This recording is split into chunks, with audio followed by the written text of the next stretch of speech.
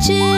விதைச்ச விதையும் இங்கு செடியா முளைச்சிருச்சு. பூவும் இல்ல காயும் இல்ல கனியாச்சு.